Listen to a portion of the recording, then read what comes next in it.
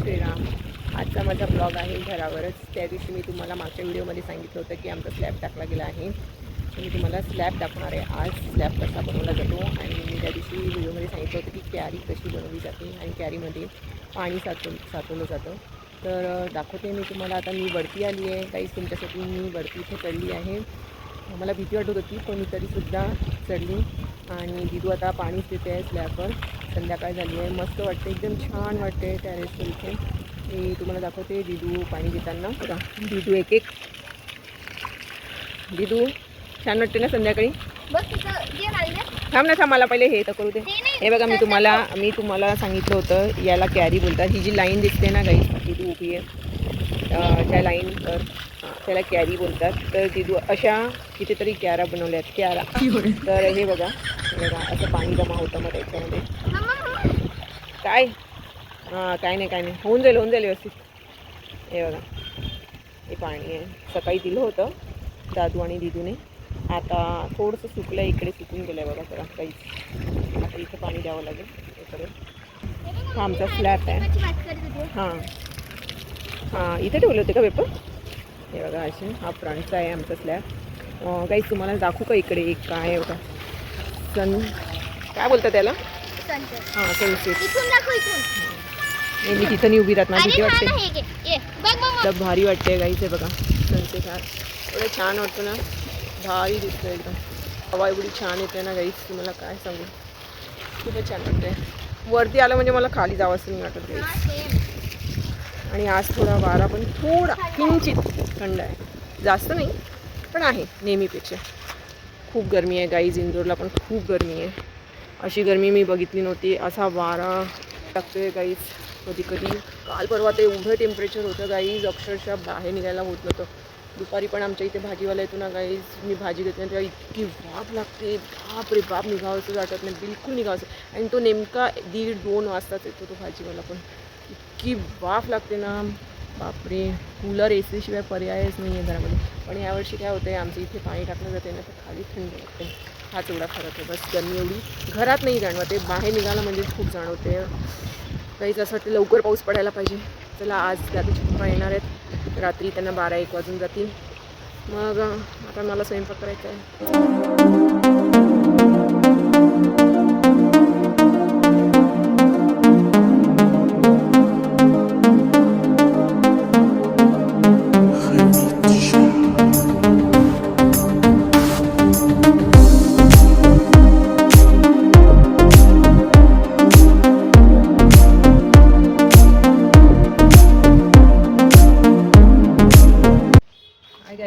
जय श्रीराम.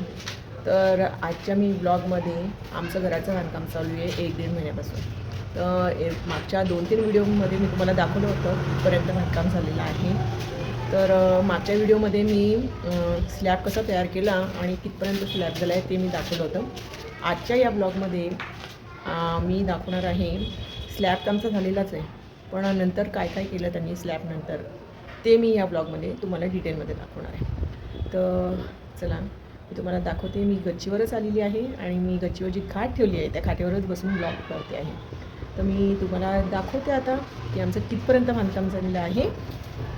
दादूचे पप्पा आले आहेत आणि मी आली आहे. दादू तर त्याच्या मित्रांसोबत गेलेले आहे. ही आमची एंट्री आहे आणि हा हॉल समजा किंवा बाल्कनी समजा, ही एवढी गॅलरी आहे. आणि दिदू सांगते की वरती बंगलीसाठी 2 हुक काढले आहेत. ते आता तुम्हाला स्पष्ट दिसणार नाही कारण की त्याच्यावर 2 दिवसापासून ना गाईच हे लाईटचं काम चालू आहे. नाही इलेक्ट्रिकचं काम चालू आहे ना. मग काल इलेक्ट्रिकचं काम झालं, आज प्लंबिंगचं झालं. ओके हां तेच सांगते मी. आज प्लंबिंगचं झालं, काल इलेक्ट्रिकचं झालं. हे पहा असे हे लावले आहेत. हे इलेक्ट्रिशियन केलं. हे वरचं MCB ना दिदू. आणि हे स्विचचं बोर्ड आहे आमचं. आणि मागच्या 2 व्हिडिओमध्ये मी तुम्हाला दाखवला होता, हॉल दाखवला होता.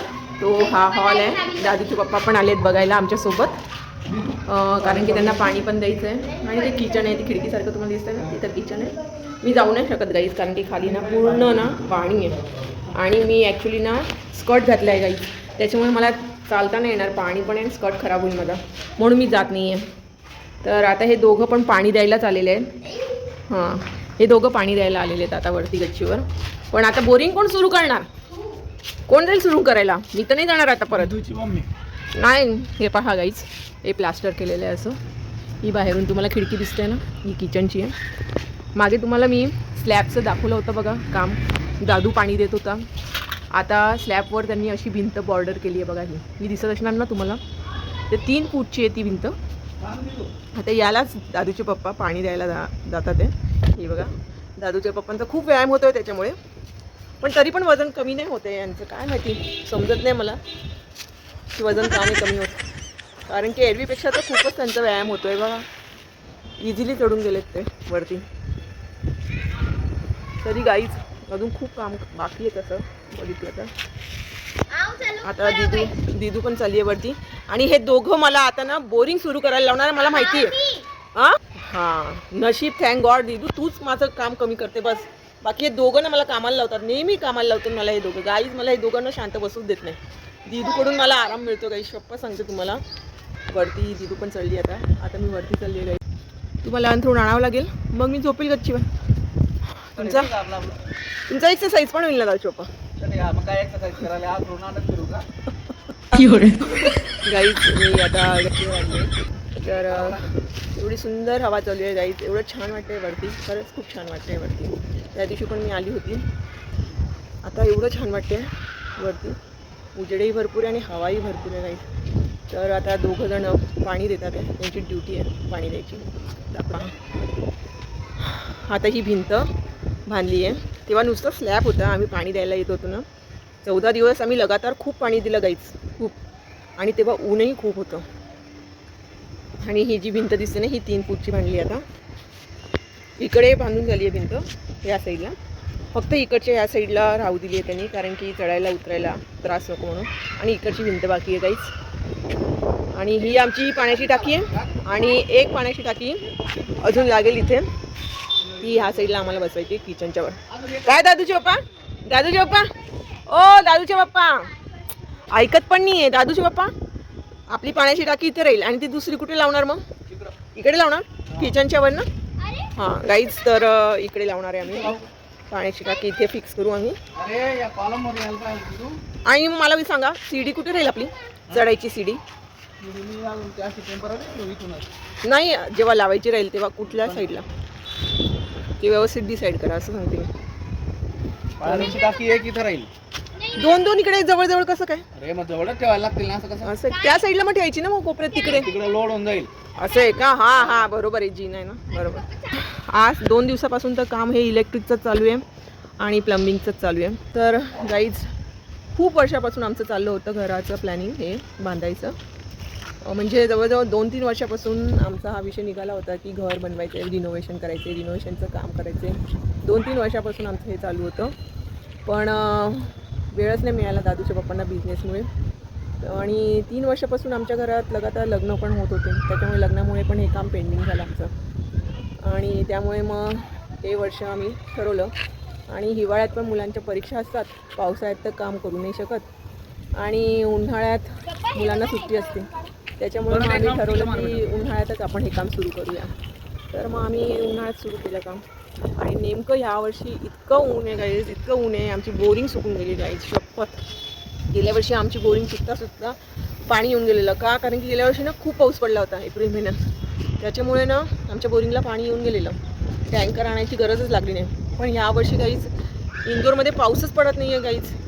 सगळीकडे पाऊस पडून झाला आहे गाईज, पण इंदोरमध्ये पाऊसच पडत नाही आहे. जर एक जरी पाऊस पडला ना गाईज, तर आमची बोरिंगमध्ये ना एवढं पाणी येऊन जाईल ना गाईज, आम्हाला टँकरची गरजच लागणार नाही. पण काय माहिती, पाऊसच पडत नाही आहे गाईज, पडायला पाहिजे यार.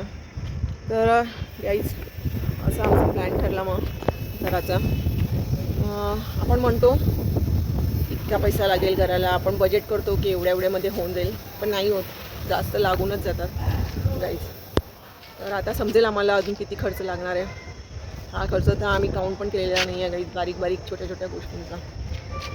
बघू चला, मी मग आता संपवते माझा हा ब्लॉग. जसं घर रेडी होईल तसं मी ब्लॉग तयार करेल गाईज तुमच्यासाठी. तर चला मग मी भेटते मग. चला मग दादूचे पप्पा बाय करून द्या. बाय.